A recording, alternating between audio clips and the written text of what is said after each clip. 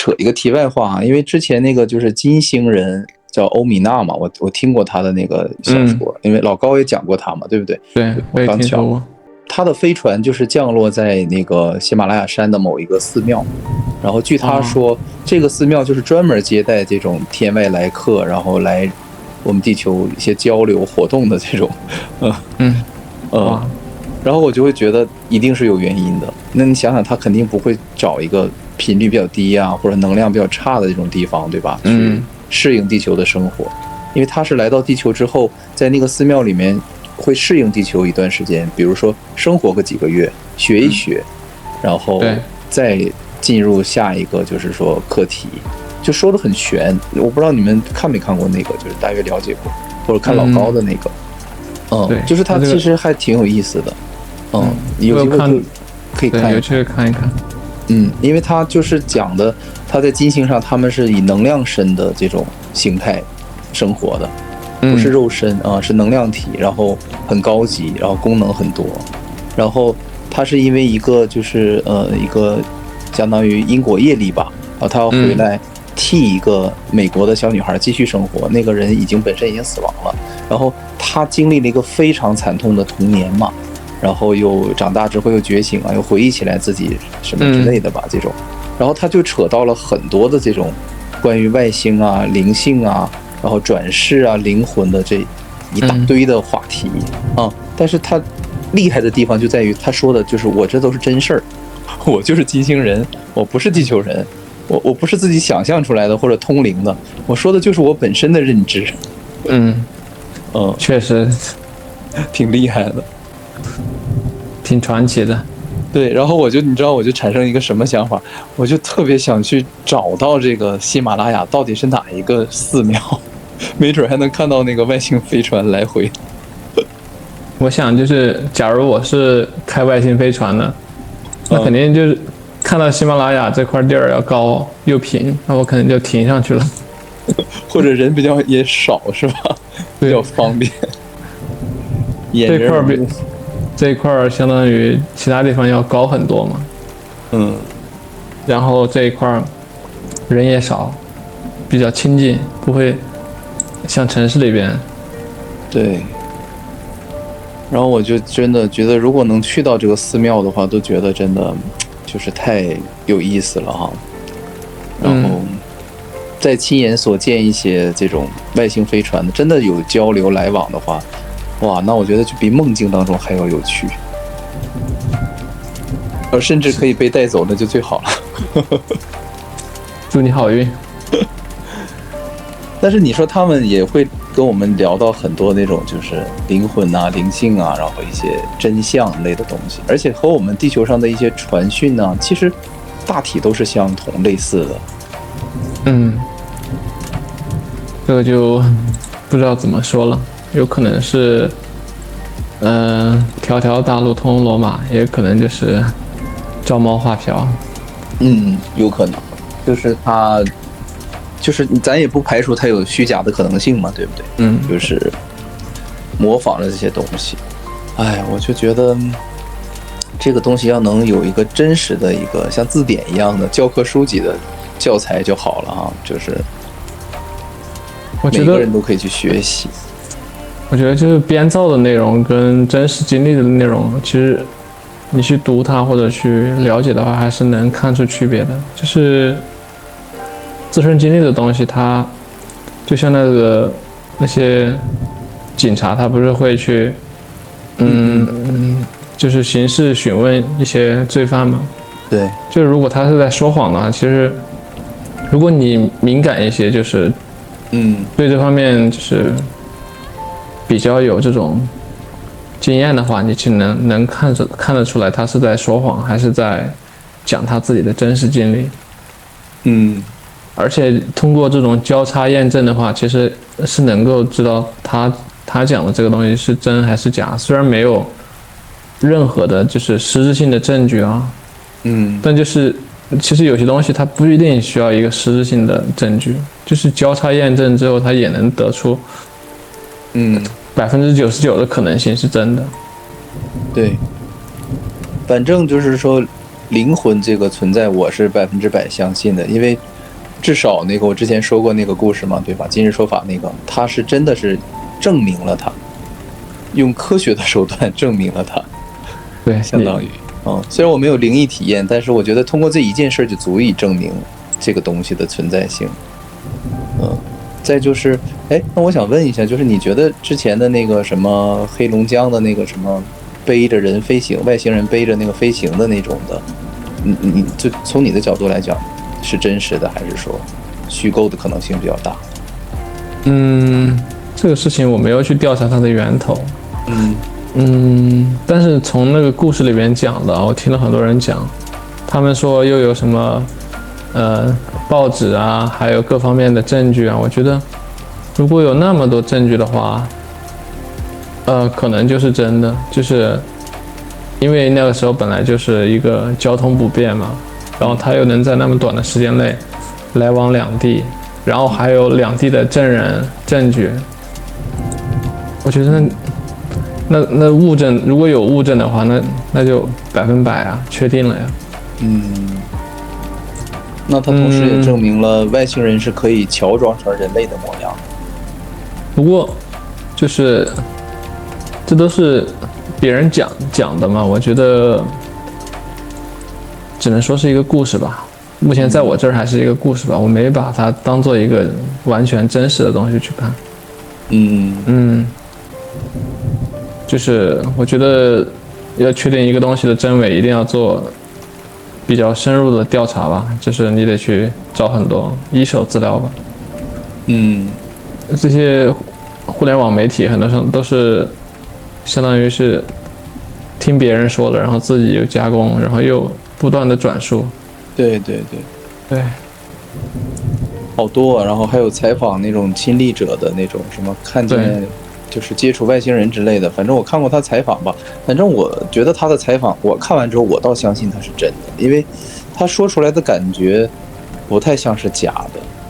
因为很夸张。我其实一直有一个理论，就如果一个人讲的故事很不像是真的，很夸张，然后加了很多让你觉得不可信的这种元素在，我反而觉得他其实讲的是真的。因为最简单的逻辑就是他没有必要添油加醋一些让人根本不可能相信的东西，除非这就是真实经历的。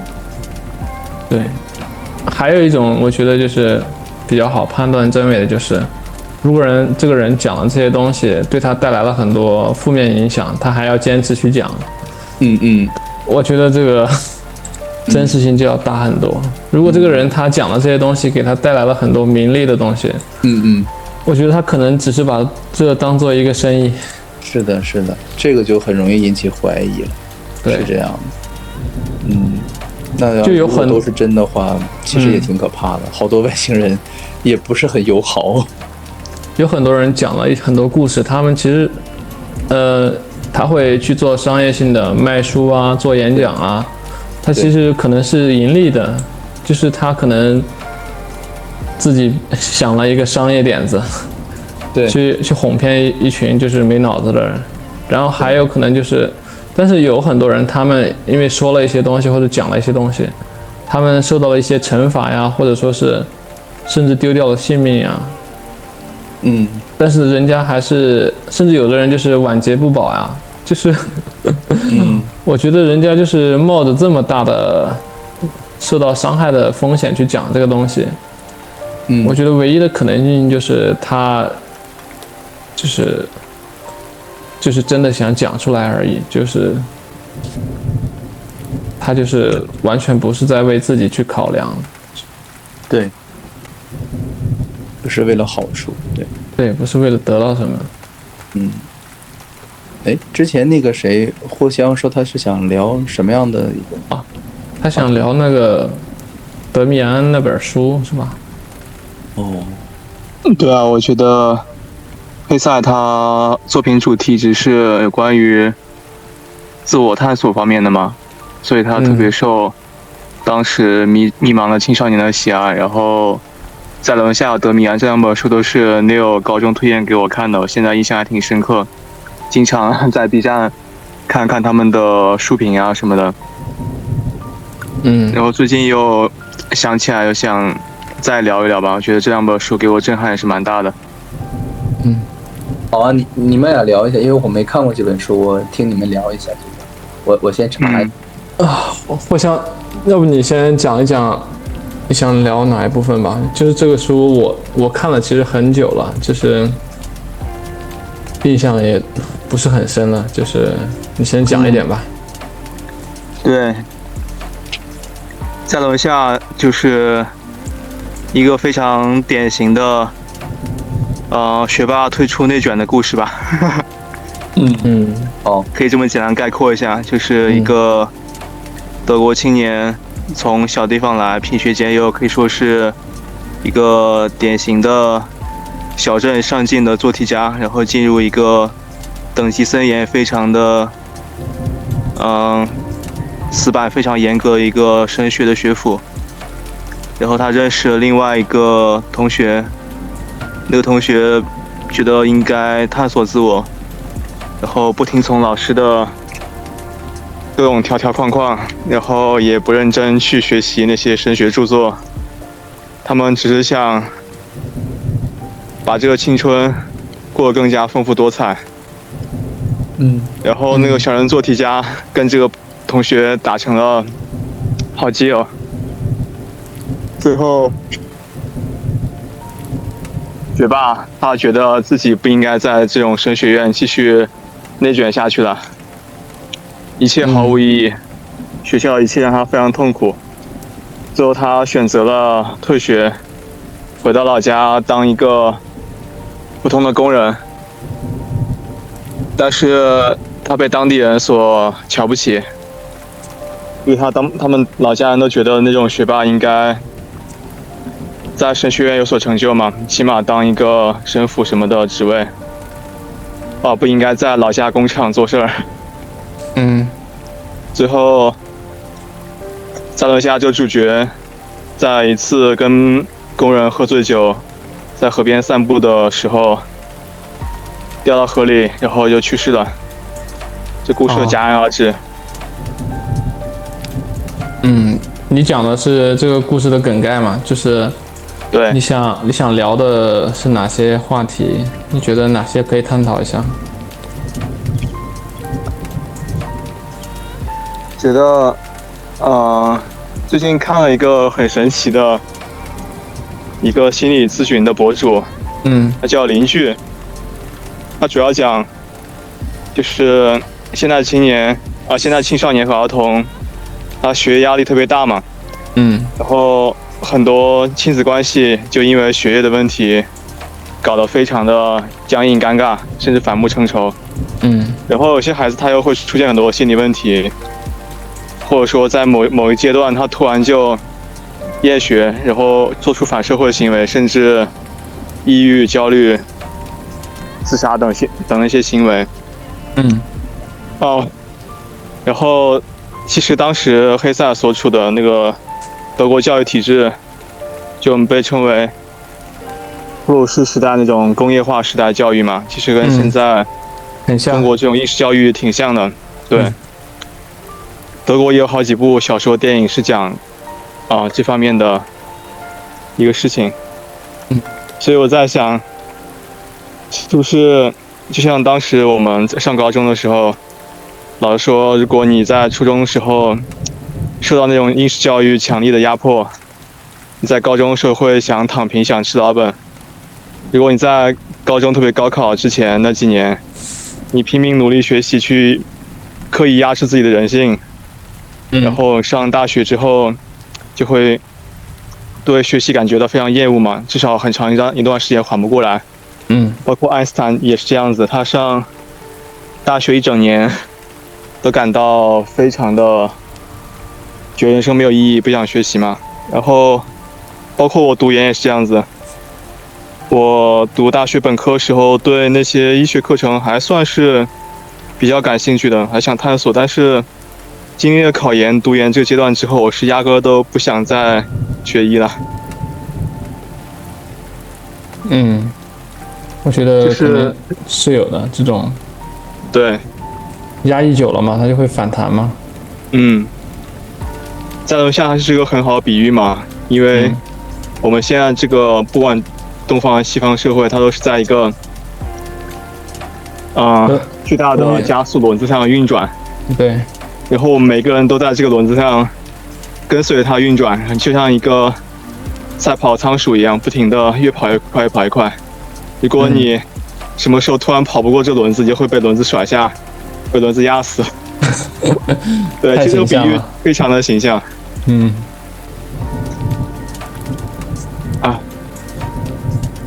对，就是咱们这个时代下，这些学生非常的悲惨。这个正好身边还有一个这个案例，我前2天还在说，就是上个周日的时候，我们学校那个附近嘛，就是属于的一个我们都知道的一个地方，然后那个一个高2的学生就刚刚因为压力太大了，第2天要开学，然后他前一天晚上就跳楼了，就从15楼跳下去了。太可惜了。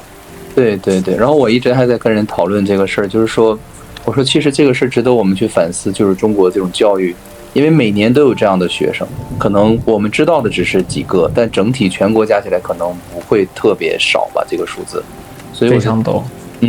所以我就在想，其实这种事情，发生在某个家庭，他这个家庭可能会觉得就是对吧？这个社会怎么是这样的？这个教育怎么是这样？但是那些幸存了的家庭反而会觉得可能就看热闹心理，对吧？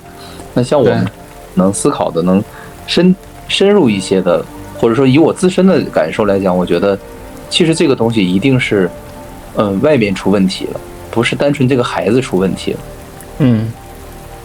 它是一个双向的结果，不是所有人都跳了？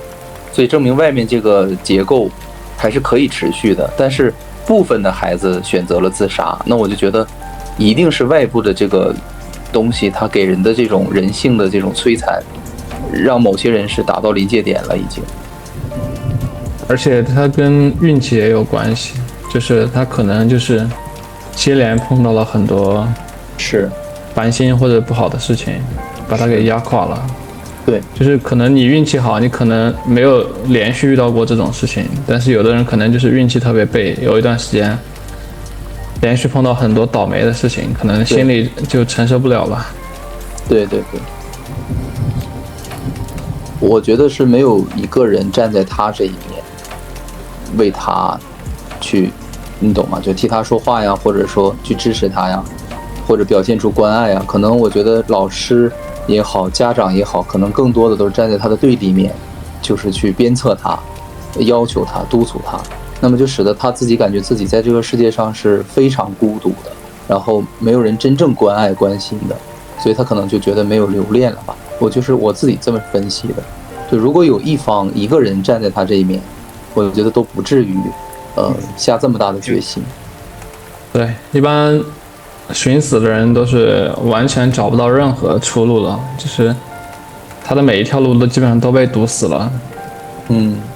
他不会说是有一个人还在关心他，或者说是有一个地方他还可以倾诉，他就去寻死，不是这样的。对，我觉得你说的很对。对，就是所谓的绝望嘛，就是我们没有一丝让你觉得欣慰的，让你觉得对吧，值得留恋的一个地方。对，所以我觉得从这一点上，家长其实也要反思，就是学校和社会制度咱们改变不了，但是家长其实是灵活的，是对孩子应该是有爱的。反正我自身的一个幸运的点，我觉得虽然我学习不好啊，高中，但是我的父母真的是可以说几乎没有对我施过压，就是他们其实想施压，但是他们有点害怕，不敢施压，就怕适得其反吧。他们也知道，其实孩子也尽力了，就是努力了。所以这一点上，我觉得还算是一个欣慰的点，就是就算自身成绩不好啊，或者怎么样，至少父母没有去太负面的去面对这件事情，可能是对于孩子来说更重要的一个东西。对，就是我觉得就是没有生命教育吧，我觉得就是父母没有给孩子足够的关爱，然后也没有给他就是让他认识到生命的可贵，或者说是认识到这些学业的，就是学业或者事业，其实跟生命来比的话，其实它是完全不在一个层级上面的。就是没有学业和事业，但是这些都不重要，对不对？是生命是开展一切的前提嘛，对不对？很对，我觉得这个话听上去很简单，但是我觉得一般人是想不明白的。我是这么觉得的，就是其实这句话很不好理解。对，确实很不好理解。我觉得现在大部分人的焦虑吧，都跟不理解这句话有关系。是这样。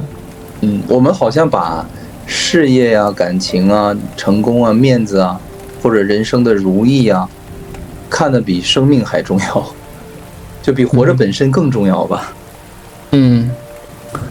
对。然后我那个查询了一下这本书哈，叫德米安，然后我看了一下它这个封面，我觉得它封面上几个大字就让我感到挺震撼的。然后我引入一下这句话，看能不能引发一个话题，就是他写的是我所想望的，应该就是我所想所希望的，无非是依着我试着依我自发的本性去生活，为何如此之难？就这本书的一个封面的一个一个大字，然后我就觉得这句话一下震撼到我了，然后我就觉得这不就是说的就是我自己的一个心路历程吗？就是很有共鸣吧，这句话。就其实我们就是在依着自己的个性啊、本性去生活，我们也没有很奢望很多，或者说很过分的去要求什么，但是仿佛就是这样一个简单的要求，生活的这种剧情、这种遭遇，他都会不停的跟你开玩笑。主要是打压你。社会它一直在异化人的这种天性或者本性嘛。而且因为德国它本来中国是学着德国去构建了这套教育体系嘛。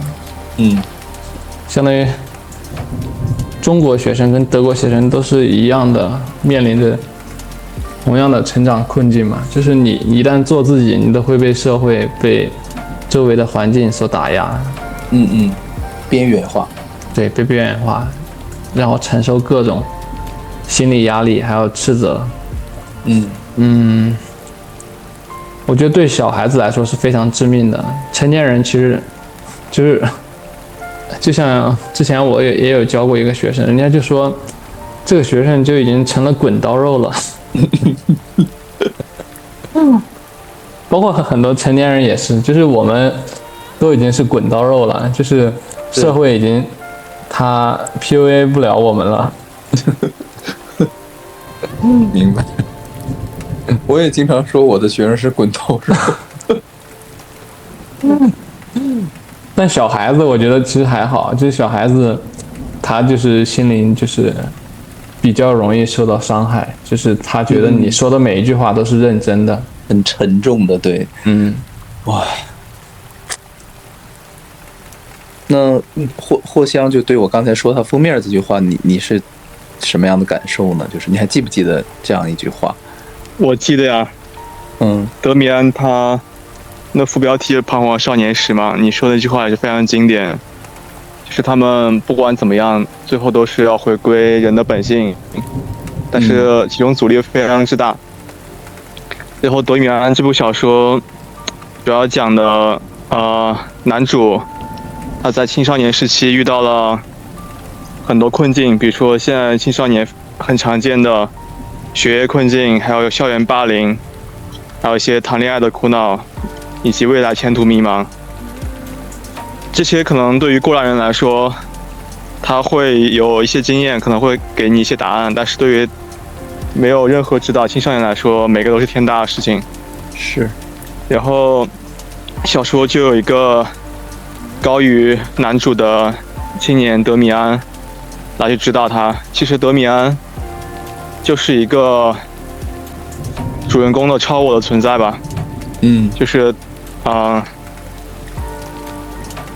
相当于比男主的那个所思所想，他所在境界更加高一些，然后能够知道男主怎么样去度过青春期这些迷茫的困境，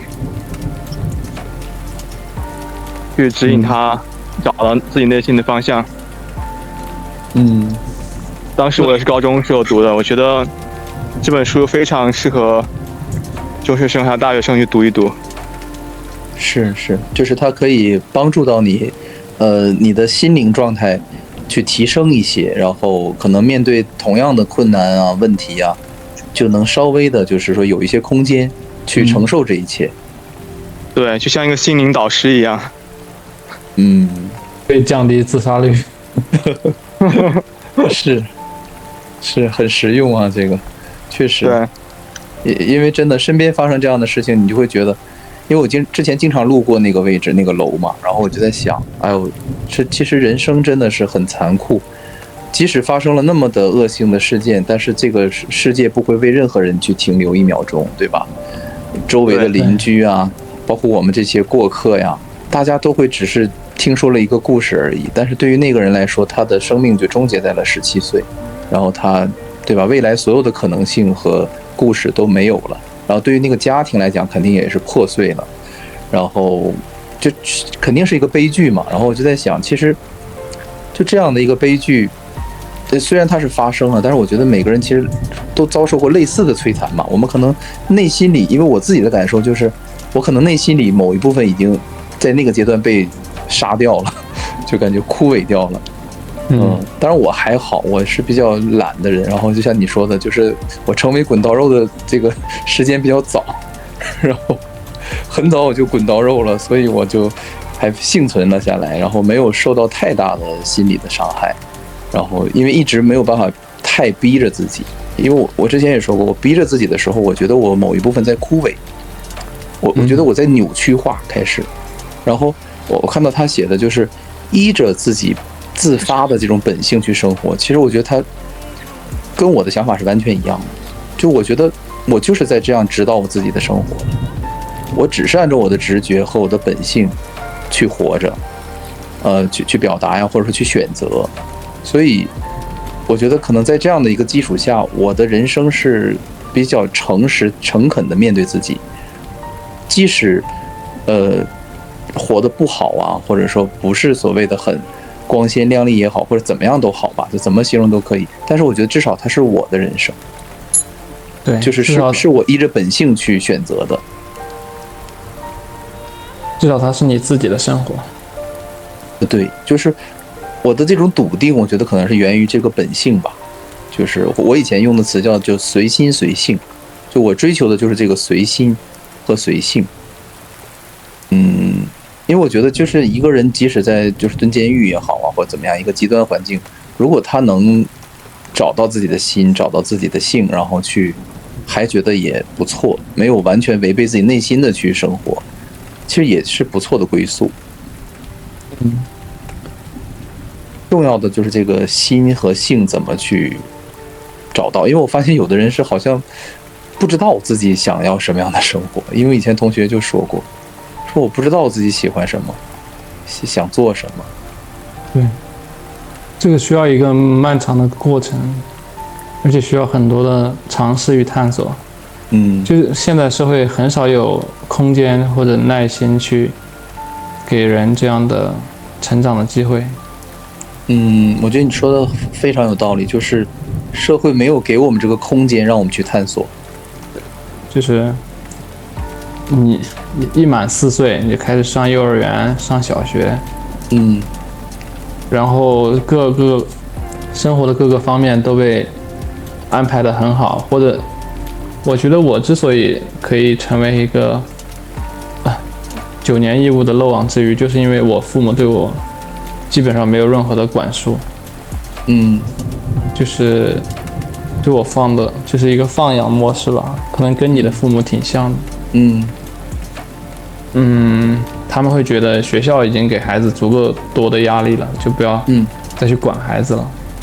对，再说有点这个意思。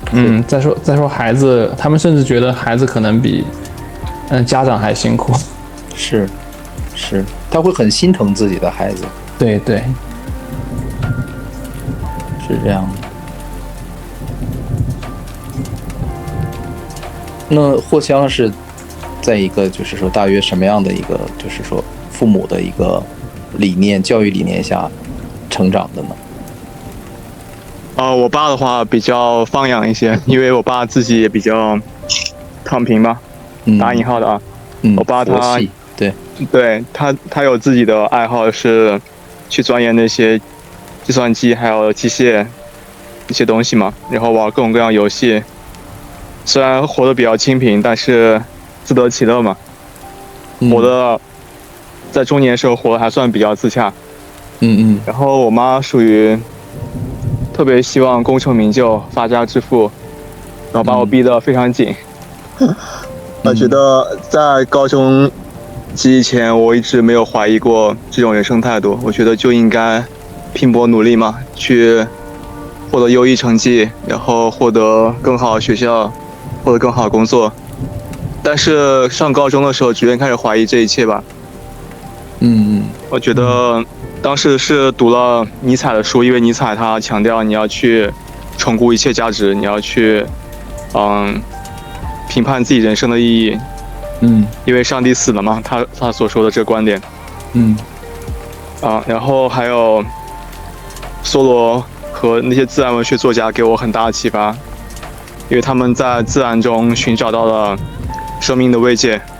直到现在我也是这样。当我觉得什么不如意的时候，就去大自然里面走一走，看一看，心情会好很多。还有就是看到卡夫卡他所写的现代社会对人的异化嘛，这种异化是以小说和日记的形式所展现出来，让我感觉一直对那种全职工作感觉非常恐惧。是的，就是那种现代社会想要强加给你的种种枷锁吧。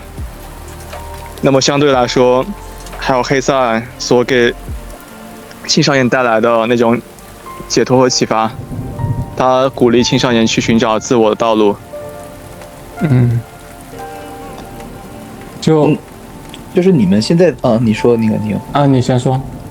就是我想问一个问题，那你们现在的阶段，因为你们学习了很多开启你们心灵的东西嘛，那我就想说，现在你们的状态或者说心境是大约是怎么样的？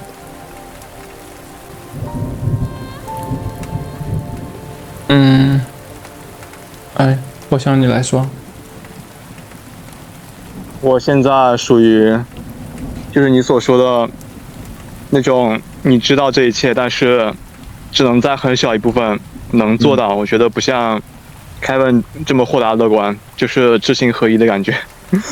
我知道这一切，但是你让我真正的做到，去摆脱我脑子中的思想钢印，还是很困难，因为它是由我10几年来我妈还有社会上的教育上的那个系统给我打上思想钢印，还是很难破除，感觉。明白那种感觉。你有呢？我的状态，我就觉得一点点在磨合吧，在找到自己跟社会的这个平衡点吧。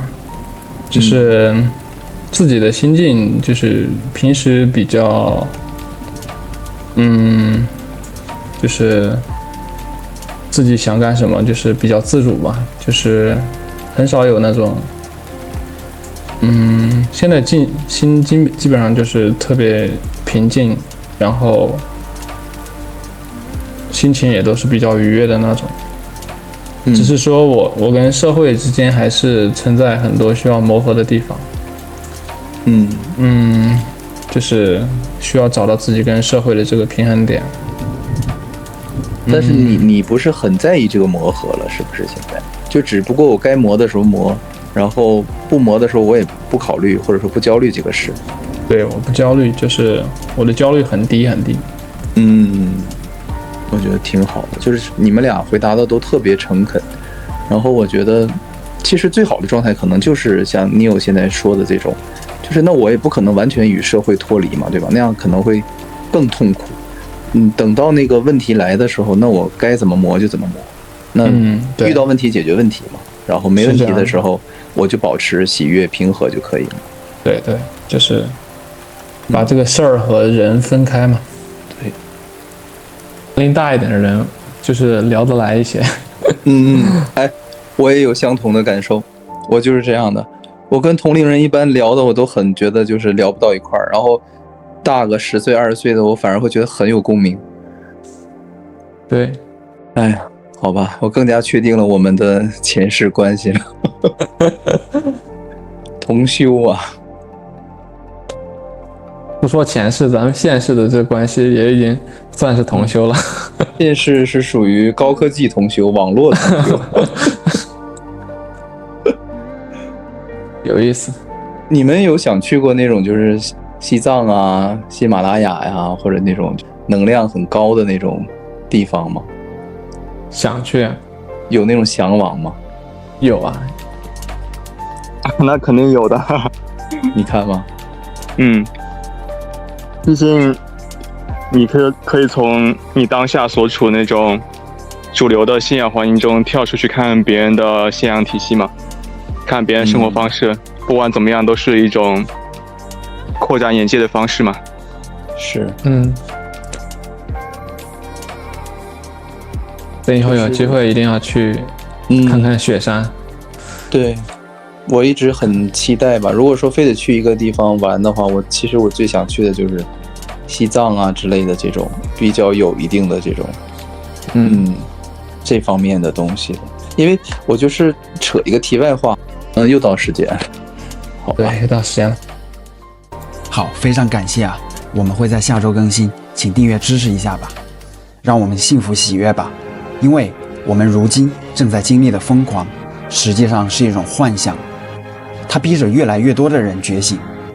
可是呢，我们也要同情那些没法觉醒的人，因为世间的种种现象啊，造成了我们个体与灵魂的分离。我们会在螺旋上升的水晶上继续我们意识的进化。我们正在获得内心的勇气，将自己交给了灵魂，迈向了完全未知的领域。我是谁？我来到这个世界上究竟要做什么？进化的新阶段已经开始，意识到无限的爱会让我们开启一场前所未有的灵魂旅程。